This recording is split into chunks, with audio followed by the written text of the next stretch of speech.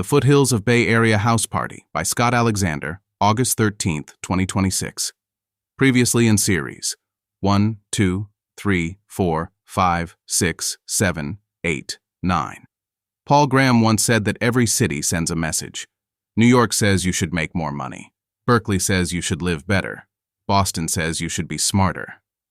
People shouldn't decide on a permanent residence until they've lived in several cities and understand their differing psychological effects. San Francisco sends a message too. It speaks it in a cacophony of dissonant voices, some sounding like the hissing of snakes, others like the chittering of insects. You should pierce the veil, It says, with a faint accent, which you are not scholarly enough to recognize as ancient Sumerian. You should rip through the flimsy screen that separates your world from the infinite and witness what lies behind, because you'd like what you saw there. Oh no, nothing like that. But aren't you curious? The thirst for knowledge that moved Eve, Faust, Pandora, don't you have it too? There's also a second message from a second voice, one which sounds like a deranged carnival barker, constantly shouting, "Stonks! Stonks! Stonks! Stonks!" Which of the two voices you hear depends on your personality, and maybe how many psychedelics you took in college. According to legend, Sam Altman hears both voices simultaneously all the time, like those Tibetan throat singers who can harmonize with themselves. But when the demonic babble becomes too much to tolerate, the San Franciscans drown it out with alcohol, loud music, and various forms of tedious socialization. Thus the famous Bay Area house parties, one of which you will be attending this very night. You were in the Bay for the big 2020 crime wave, when people would hang "No valuables in this vehicle" sign on their car's front window, mezuzah-like, hoping against hope to ward off break-ins. Still, you're surprised to see the new sign on the front door of your friend Rob's house. No benchmark answer keys in this building. Taped beside it, please leave all smartphones, laptops, smartwatches, and Wi-Fi-enabled BDSM gear in Faraday cage. On the ground is a sad-looking green box lined with aluminum foil. You wonder how serious the sign is, but your curiosity is sated immediately upon entering. Rob is confronting a heavily made-up Zoomer woman standing near the table talking on her phone. "Didn't you read the sign?" He asks. "No phones in the apartment." I lost the ability to read, Says the woman. I'm part of the new post-literate society everyone's talking about. You know, Walter Ong. Huh? Says Rob. That's not a real thing. That's just something all the journalists and intellectuals say. How could something all the journalists and intellectuals say not be a real thing? Asks the Zoomette. Rob pauses. Wow, maybe you can't read. He says, in a tone of hushed awe. It's fine, I'm not judgmental. But cell phone in the Faraday cage, that's the rule. Why? Asks the woman. Oh man, Said Rob. how far behind are you on the news? You might want to sit down for this one. And you might want to be much, much drunker. The two of them head off together. You search for more stimulating conversation, but find only the usual startup dick measuring. I'm the CFO of Epstart. Says a man whose name tag identifies him as Barham. We're a boutique recruiting firm specializing in people whose names are in the Epstein files. They're the perfect employees, scientifically minded, well-connected, and either totally immoral or at least capable of maintaining a willful blindness to the exploitation happening all around them. And most of them got fired from their previous jobs, so they come cheap. Although just between you and me, most of our clients are just random guys who Epstein emailed one time with a business question, never made it to the island or anything like that. Half the time it's just a gimmick to help someone get their foot in the door. That's monstrous. You say, rapidly trying to figure out a legible reason why it's monstrous. You're importing a bunch of pedophiles to the Bay Area. Nobody in SF has kids anyway, so in a sense it's harm reduction. Said Barham. Get them where they can't cause any trouble. You need to regain faith in humanity fast. You spot your friend Nishan, hanging out with a small group on the sofa. Hey, You call to him. are you still a tradcath? Tell me something about, Jesus love, that kind of thing. I'm trying something more eclectic this month. Said Nishan. I've gotten really into Andreessen Vajrayana. It's a new Buddhist sect that tries to extinguish the introspective self. True masters have no stream of thought or inner voice, instead acting as an unintermediated node in the flow of causality. Some say they can eliminate consciousness itself, achieving paranirvana while still alive. I signed up for a course last month. So far, there hasn't been any meditation or anything. They just have me helping them pick startups. But I assume it's like those Zen koans where the master makes someone garden for 20 years, and later they learn that they were unconsciously learning Dharma the whole time. Nishin, You say, gently. that's one of the classic self-help scams. They're not a Buddhist sect at all. They're trying to trick you into becoming a GP at a 16Z. Nishin thought for a second. Fuck. He exclaimed, Okay, back to the drawing board. I hear there's another spiritual group in town, something about consciousness, or embodied consciousness, or, oh, I remember, situational awareness. They're an investment firm too. You say, Damn. said Nishin. This is tough. You try to get some self-help in this town. You try your best to steer away from obvious hedge funds like leverage research. Actually, You say, that one was a spiritual self-help cult. This sucks. said Nishin. I should quit and move to Idaho like Tom. He's looking at one of the people standing beside you, whose name tag does indeed say Tom. You moved to Idaho? You ask? Yeah. Said Tom. I was in AI, but I got tired of all the tech industry cliquishness and backbiting, wanted to be out in the real world with real men. So I got a job modeling geology for a mining company. How's it going? You ask? Terrible. He says. Geologists are just as cliquish as AI nerds, with their own set of in-group tells and shibboleths, and they won't stop using the word load-bearing. What about you guys? You ask the remaining people on the sofa, I'm a Kane. says the first, shaking your hand. I'm a sociologist. Right now I'm writing a book on the recent wave of plagiarism scandals. You'll notice they're almost all against black academics. My thesis is that white supremacy culture uses charges of plagiarism to keep minorities in line, deploying an inherently subjective offence to swat down any person of colour who risks breaking into the circle of elites. You say, choosing your words carefully. I don't think we share the same political commitments, but I think it's great that you're working hard on something you care deeply about. Working hard? Asks Ikana. As if. I'm plagiarising the whole thing from start to finish. Who's going to call me on it? You all laugh heartily, and the discussion moves to the next two people in the circle. They appear to be a couple. The woman, Fiona, is wearing a Newsom/Claude 2028 trillion shirt. The man, Istvan, a matching Vance/Grok 2028 one. I do AI consciousness research. Fiona says, Oh! says Tom. I was into that for a while. Are you with one of the effective altruist groups? It's low-key heartwarming that they care about AI welfare so much. Nah, Says Fiona. I work for Pornhub.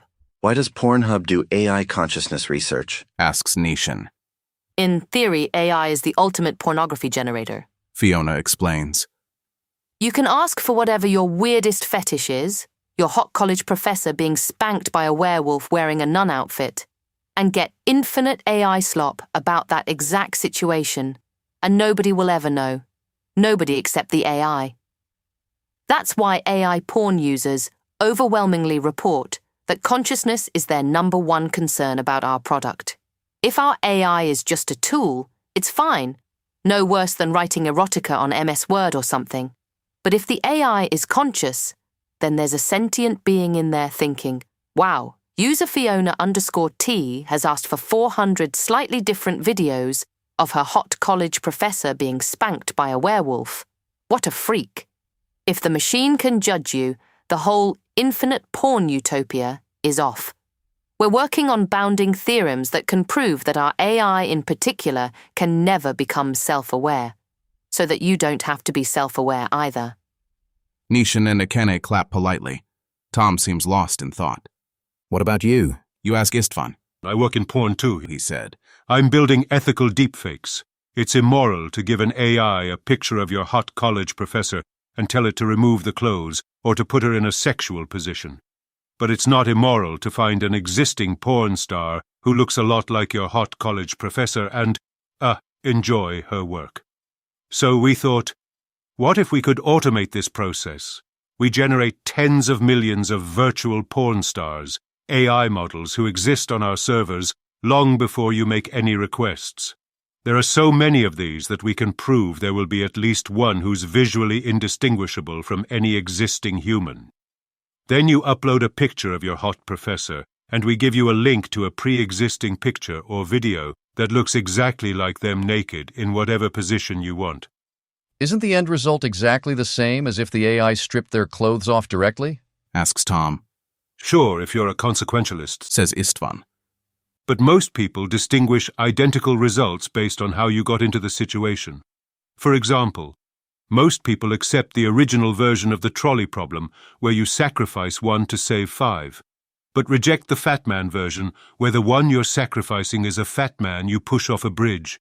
The end result is the same. 1 person died, 5 lived, but you got there in a different way. We're trying to give you the same end result, a naked picture of your hot college professor, but sourced through a more moral process. Interesting. Says Nishan. We're hiring engineers. Istvan says. Let me know if you know anyone, and I'll give you a referral bonus. Ideal candidates would be technically skilled, extremely horny, and blind to the ethical implications of their actions. Your mind flashes back to Bayram, and you weigh the advantages of making the introduction, a referral bonus, against the disadvantages, your immortal soul.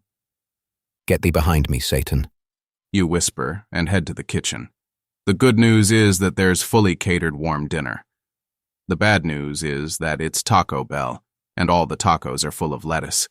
You see Sam and Tran, who seem to be handling the food again. I don't want to complain about free food, You say. but wasn't there just a food recall because Taco Bell lettuce had cyclospora parasites? That was just a marketing stunt. Says Sam. How could infecting your customers with a foodborne illness be a marketing stunt? You're talking about it, aren't you? Sam retorts. Any publicity is good publicity.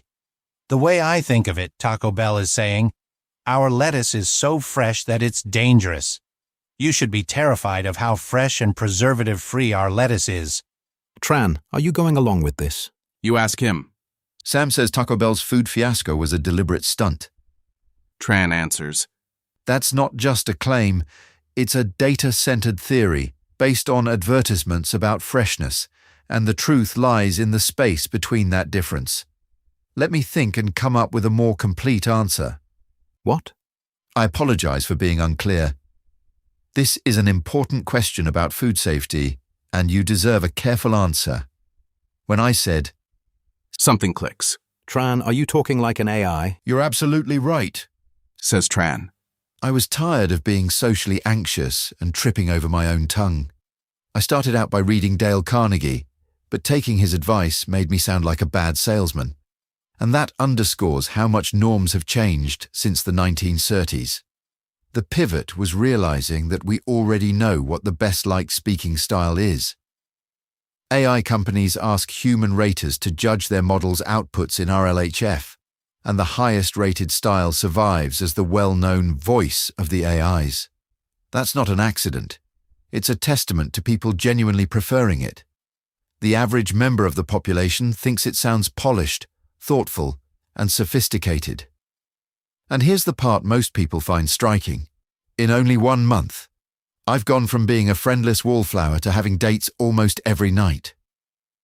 That's something that human-style supremacists genuinely need to sit with. Oh, thank goodness. I thought Cluely was back in business or something. You've put your finger on the natural misconception that people have when first encountering this area. Said Tran.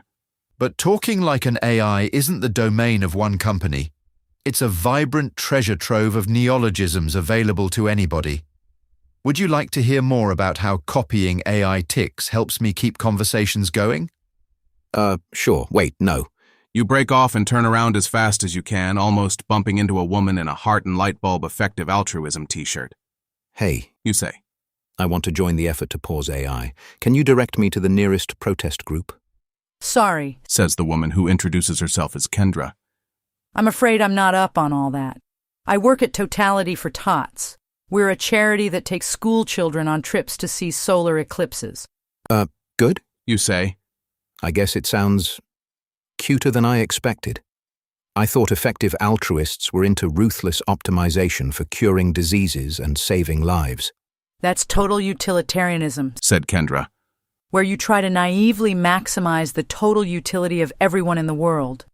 It's vulnerable to the repugnant conclusion and other paradoxes. Average utilitarianism, where you try to raise average world utility, is even worse.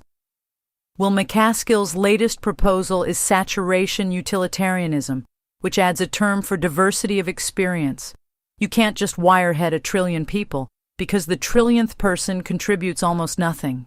You need a diverse set of goods, like happiness and virtue and heroism and art and so on. And solar eclipses. So there is one tiny problem with saturation utilitarianism, which is that it means all philanthropy hinges on what you think aliens are doing. If there are a trillion aliens over in Andromeda enjoying great art, then great art is already saturated and it's pointless making more museums here on Earth. If the lizard people of Alpha Draconis 1 have cured 1 billion cases of space tuberculosis, then curing tuberculosis is out too. So our college EA group spent a while figuring out what part of the good life aliens definitely aren't experiencing. And the obvious answer is solar eclipses. They only work because of a crazy coincidence where the sun and moon are almost exactly the same size and in exactly the right relative orbits. There might not be another planet with eclipses like ours in the entire galaxy. It's the obvious choice. And people donate to you. You ask. Not as many as I'd like. Kendra admits. The standard astronomy and STEM education foundations aren't interested. Usually we have an executive director who handles donor relations, but our last one just quit in July. Let me know if you hear about anyone who's scientifically minded, well-connected among rich elites, and loves children. No, you shout, and fling yourself to the side to block her view of the main room. She looks at you quizzically. You're not sure how the aliens feel about this one, but you're not going to take any chances. Sorry. You say, noticing someone staring at you. You spend a second trying to place the face. You're Michael, right? David, he says. We talked a few years ago. I was working on automating mythopoesis. Right. How's that going? Didn't work. People are really attached to the old myths for some reason. But it's fine. It was good for networking in the mythology community, and those contacts helped me find my current job. Thanks to Christopher Nolan, the Odyssey is huge right now, so I'm helping Royal Caribbean design an Odyssey-based cruise. Really? People hear about a horrible doomed sea voyage that killed most of its participants over 10 miserable years, and you think they want a themed cruise? Of course! Do you remember how many Titanic-themed cruises there were after the movie Titanic? And the Odyssey is a strict improvement. Odysseus makes it home in the end. Okay, point. So what's the Odyssey cruise going to be like? It's still coming together. Obviously, it starts in Canakkale. That's the modern city near the ruins of Troy, and ends in Ithaca. It's 10 days, representing the 10 years of the original voyage. Our first stop is a resort on the Libyan coast. The country is still basically in anarchy, so we think we can get hashish and opium and recreate the lotus eaters. The Cyclops is easy. Universal Pictures didn't know what to do with their giant animatronic Cyclops puppet in a Greek cave, so they sold it to us cheap. The part where the sailors get turned into pigs is even easier. Being on a cruise is already kind of like getting turned into a pig. We're just going to make the all-you-can-eat restaurants free that day and let things take their course. Ha ha. The challenge is Circe and Calypso. Nolan got raked over the coals for desexualizing these, but we're trying to be appropriate for all ages, and I don't really know how to turn getting raped by sorceresses into a tourist experience. I think I'm just going to give up and subcontract it out to someone. Let me know if you hear about anybody who's an expert in having non-consensual sex on weird islands. Stop trolling me. You yell, although you're not sure if you're shouting at David or God. Now everyone is staring at you. Time to go, you guess. You slink out of the kitchen, put your shoes back on, and leave the house. On the front porch, you almost bump into Vinaya. Thank goodness you're here. You tell her. You've got to help me. There's a guy at the party with a startup to recruit people from the Epstein files, and he's going to make $1 billion. You've got to find a way to stop him. Vinaya thinks for a while.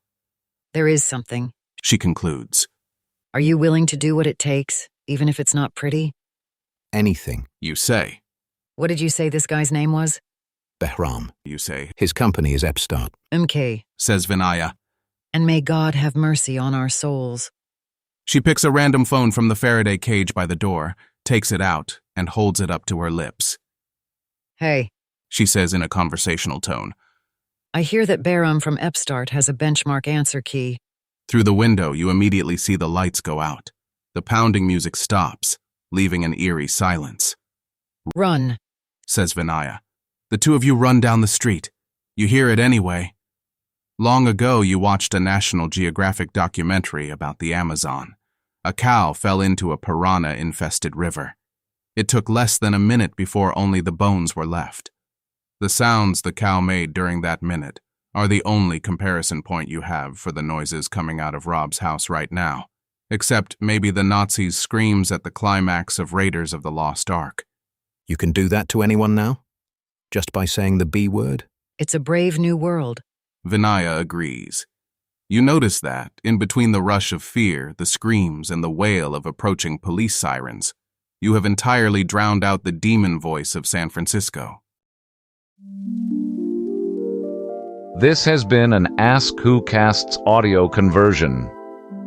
If you would like your own private feed of audio conversions of any blog posts you would like to listen to, you can sign up for Ask Who Casts Pro at app.askwhocasts.com, where you can give any post the multi-voiced podcast treatment into your own podcast feed. Thanks for listening.